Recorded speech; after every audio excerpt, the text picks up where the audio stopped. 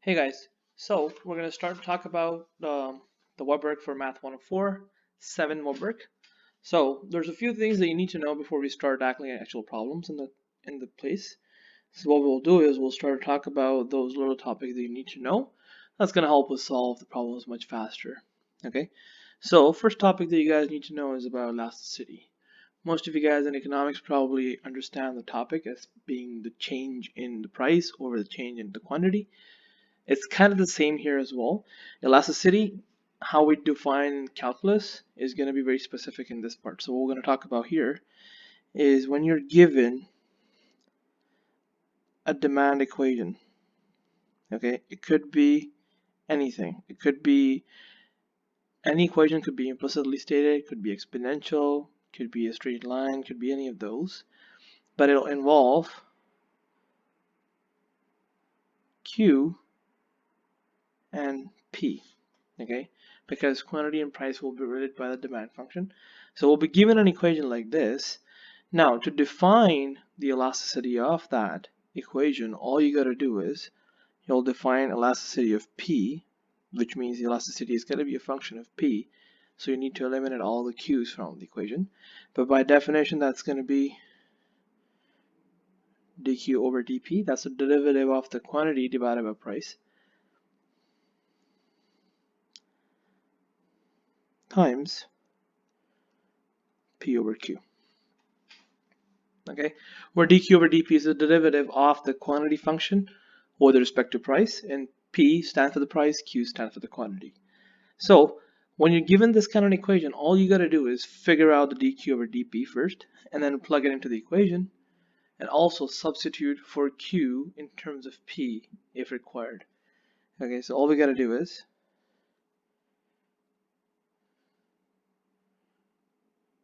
sometimes use small q, sometimes bigger q. It's completely okay. It's just you got to get the reference.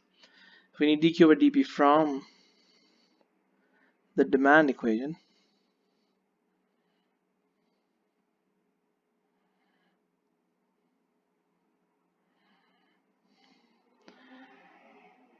and once we have it, we can just plug it in to get to the results that we need.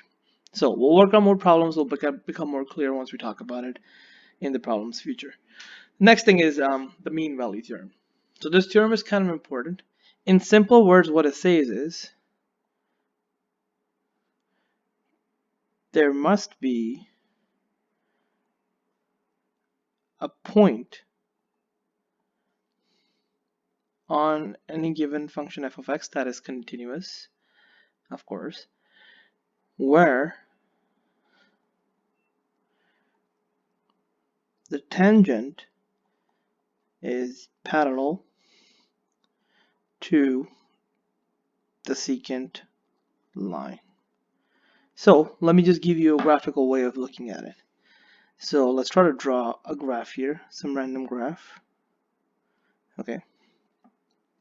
And then it has 2 points of consideration. This point here, the point here. And if you were supposed to draw a secant line going through those points, it will look something like this.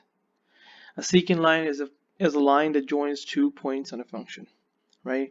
So let's call that point A, let's call that point B on the x-axis, and the value is going to be f of A, the value is going to be f of B. So these are the 2 points that we have here.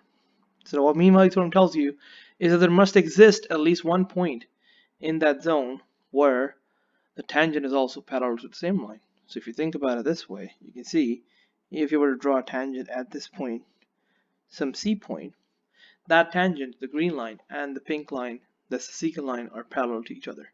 So most probably the definition of this thing will sound like this. They say the derivative at C, which represents the slope of the tangent at C, must be equal to the slope of the line that's in pink. Slope of the line can be written as f of B minus f of A. That is the rise over the run, which is B minus A. So that's what it means for a function to satisfy the mean value theorem. Okay, that must happen.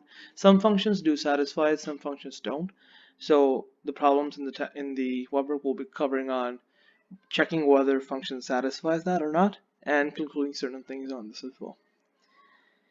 Okay, so last but not the least, we have intervals of a function. So in this case, what we're going to talk about, if you have a function f of x, okay, there's going to be a certain interval where the function is increasing. So we're going to talk about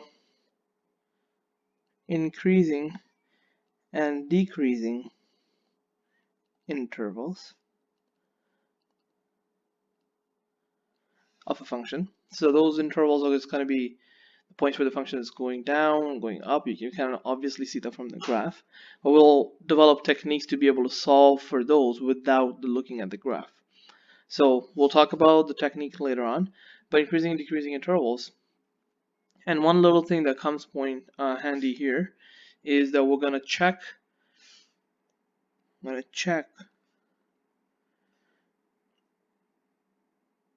the magnitude or the sign of f prime of x. Okay, so we're going to take a derivative of the function, and we're going to figure out at which points values of x does that interval change, aka also you can just say like which point does the change actually happens between when is it increasing and when is it decreasing. So we'll classify those points later on in the problems. But now let's get started with those problems.